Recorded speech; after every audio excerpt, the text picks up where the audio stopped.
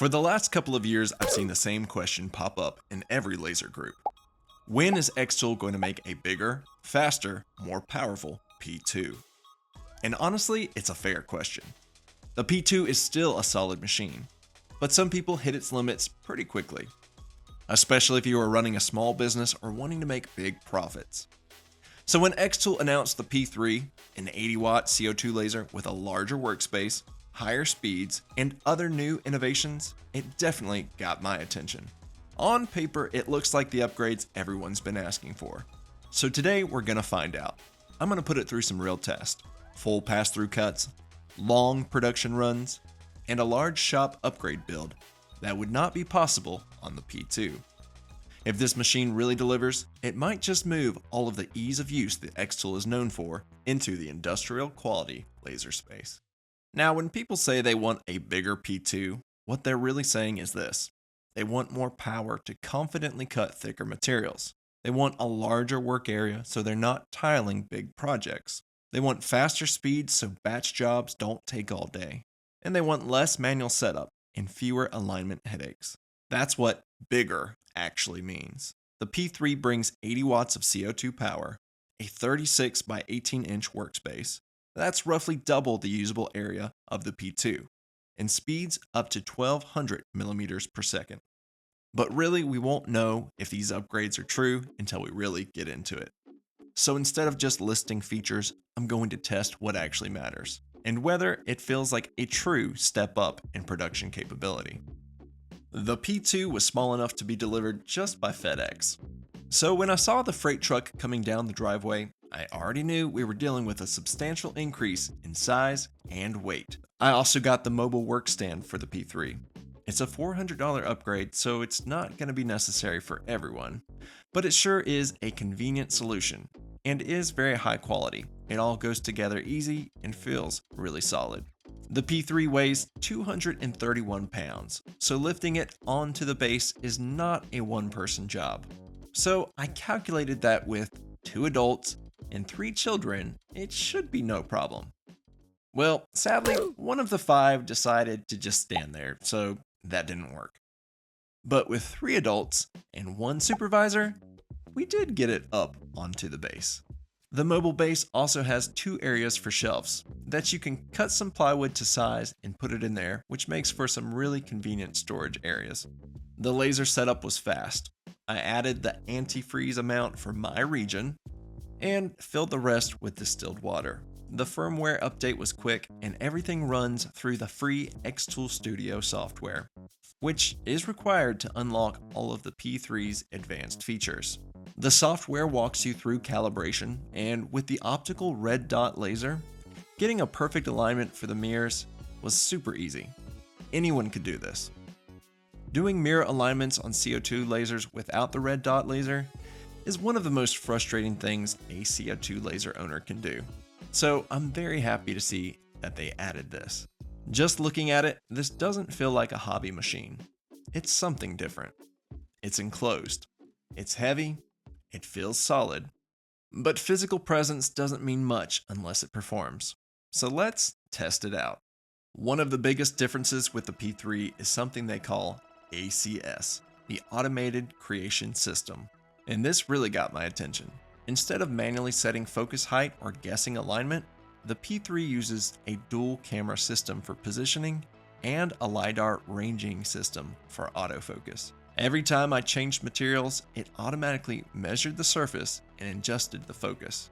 No gauges, no manual tools, no sliding blocks under the head. You literally place your material in the machine and it handles the rest. Now, quick tip. If you're engraving glass or clear acrylic and you take off the paper masking, you'll need to put tape or paper on the surface.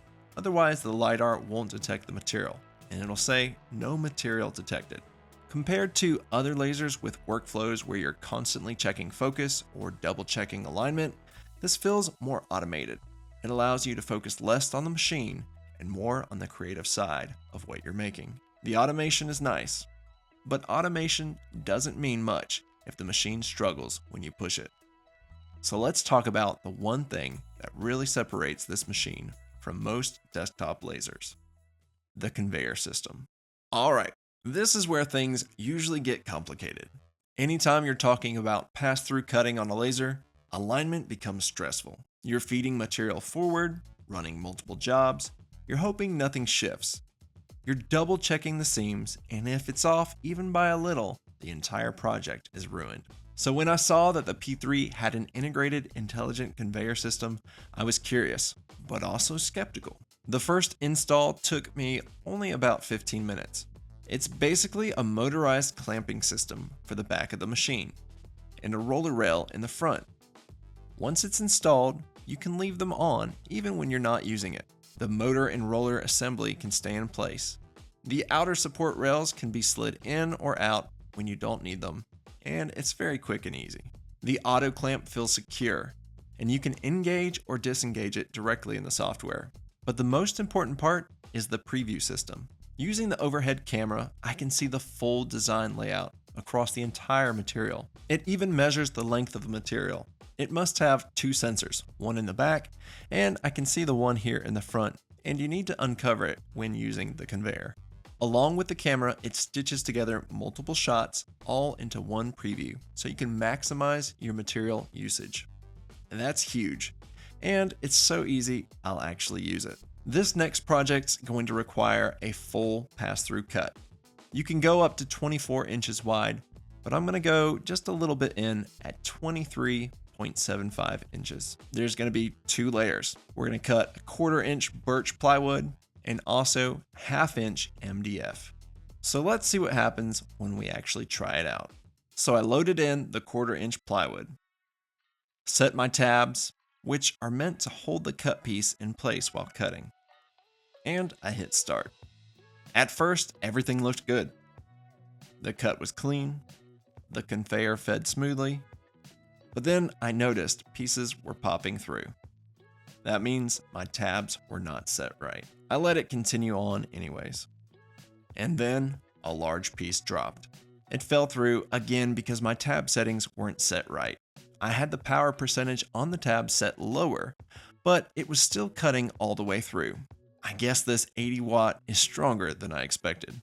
This large piece caused the machine to get jammed up, but the machine stopped itself. Thankfully though, caused it to stop itself. It just says material not detected.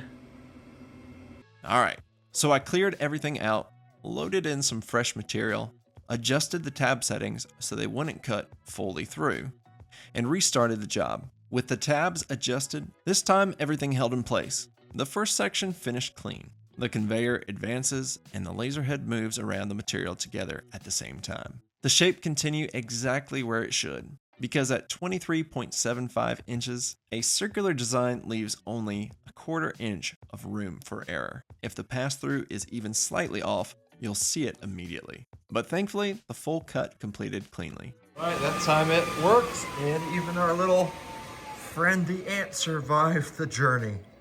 Run, little buddy, run! And then I can take a knife and cut those tabs out.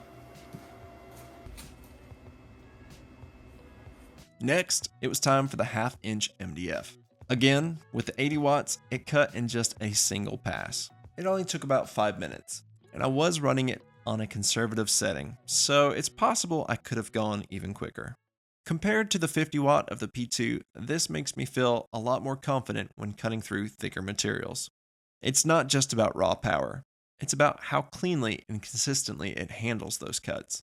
Now, part of that performance also comes down to the lens options. The P3 offers 3 different focal length lenses: an S, an M, and an L. I'm guessing that stands for small, medium, and large focal lengths. The S lens is best for high detail engravings. The M lens is the most versatile, and that's what I used for all of my testing. And the L lens is ideal for thicker materials. I stuck with the medium lens because it gives a good balance between detail and cutting performance. It's nice having those options depending on what kind of work you're doing.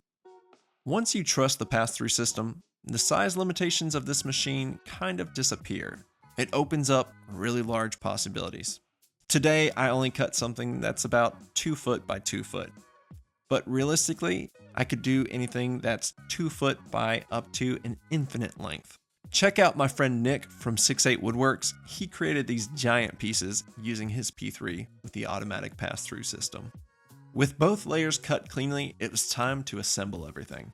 I used my orbital sander to clean up the burn marks from the cutting, then used some wood glue on the back of the birch, then flipped it over and placed it down onto the MDF. I had a little glue squeeze out that I had to clean up with a flathead screwdriver, but everything came out pretty clean. I put anything heavy I could find on top and let the glue dry. After 30 minutes, I took everything off and sprayed it with some clear satin lacquer. Now, as for mounting it to my wall, I thought I was going to be able to use these strong magnets, but it wasn't quite enough to hold it up in place. Why? How come that's not strong enough? Eventually, I just went crazy with screws and used those to mount the piece to the trim board on the wall.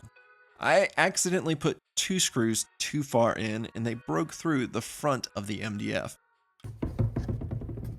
Oh, it looks awful. No! I backed them out and then smashed the MDF back down with a hammer. If this was for an actual client, this is one of those mistakes that you can't hide and you'd have to start over. But since this is just for me, it's good enough. It will just be our little secret. I offset the sign from the wall using extra screws. Then I installed some warm LED rope lights around the screws along the edge of the back layer. Nothing fancy, just what I had in the shop. I did my best to hide this thick wire along the trim board using some trim nails. It's not perfect, but it'll do. I also wired a simple motion sensor, so when someone walks into the room, the sign turns on automatically. And I also found this dimmer switch so you can change the intensity of the light as well. Seems a little redundant with the 2 logos, but most of the time, this screen is off. This started off just as a quick demo project to show off the P3, but this is kind of a piece that actually makes my whole workshop feel a little more loved. And realistically, this is what people meant when they asked for a bigger P2. Not just more power, the ability to build something at this scale. And with the lights off, when we walk into the shop, this now comes on. Yeah, I dig it. I also tested out the new RA3 Rotary inside the P3. On the front right of the work area, you'll find the connection plug for it. There's also a bracket with 2 pins that the base of the rotary can slide into for perfect alignment. First, I used the chuck to hold a coated metal cup, gripping it from the inside with pressure pushing outward. I leveled the cup with the adjustable hinge point and tightened it down, measured the circumference and typed that into the software. Then the laser got to work. It took 9 minutes and 20 seconds to do this logo with the settings I used. With my favorite LA's Totally Awesome cleaner, I wiped it down to get it back down to that shiny metal underneath. Next, I wanted to attempt this large, heavy glass jug. I tried the chuck style grip again, but this is definitely not the right shape for it. So I converted the RA3 into its roller style configuration. I love that this requires no tools. It just all snaps into place with pins and magnets. This one took 12 minutes and 20 seconds. It looks like I could have bumped up the power a little more. I only used 10%, which if I had bumped it up, the contrast would have been a lot higher than what you see here. But after pouring in some fabric softener, it made the engraving really pop. Now let's talk about something that matters just as much as power: filtration. The P3 doesn't have a small built-in fan like some desktop machines do. Instead, it's designed as a modular system. You either vent it outside with a duct fan like the IF2, or you pair it with the AP2 Max. And it's important to note, it needs to be the AP2 Max. The standard AP2 isn't sufficient for this machine. Yes, you can run it, but it's not recommended. In my case, I am using the AP2 Max, and I'm running it all fully filtered. I don't have to vent outside because I want to preserve the heated air in my workshop. And I put this system to the test. I cut acrylic for hours at a time. No smell. That's impressive. And that matters if you're running longer jobs or working in a home shop. Now let's talk about the part that really matters to someone like me. If you're running a small business, numbers. 1/2-inch MDF for the backing, 1/4-inch birch for the front, LED rope, motion sensor, all in, it was about $20. Realistically, I could charge around $150 for something like this. And that's being conservative. I definitely refined the back mounting solution with all those screws on the back. It definitely needs something a lot more sleek than that if I'm going to sell it to a customer. But all in, the total machine runtime was only about 30 minutes. And remember, I was running it on conservative speeds. So with less than an hour, that's $130. That's a solid margin. Now, this isn't an entry-level machine, even though a beginner could use it. This is clearly positioned as a premium upgrade. But if you're seeing steady growth, taking on larger projects, or you've hit the physical limits of your current laser, a machine like this starts to make sense. Because the difference isn't just power, it's workflow.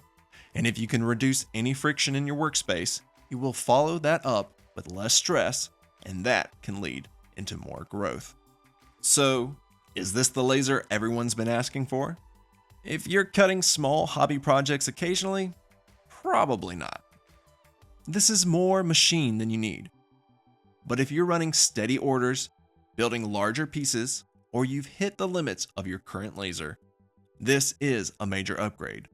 Not just over the P2, over most lasers in this category.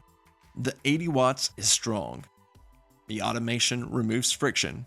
The larger work area is noticeable. But I do wish it was 24 inches deep instead of just the 18. But with the automatic conveyor, the depth of the laser area becomes infinite. The fact that a machine in this footprint can cleanly produce a 24-inch wide pass-through cut without tiling or alignment stress, that's impressive. It doesn't feel like a hobby tool. It feels like a smart, compact production system. Yeah, this feels like the step up people were asking for. If you want more information on the xTool P3, I've got QR codes on the screen right now that'll take you directly to the product page, or you can check the links in the description. If this video helped you out, make sure to hit that like button, subscribe if you haven't already, and leave a comment. As always, I'm Chad from Chad's Custom Creations. Be encouraged, stay inspired, and keep on creating.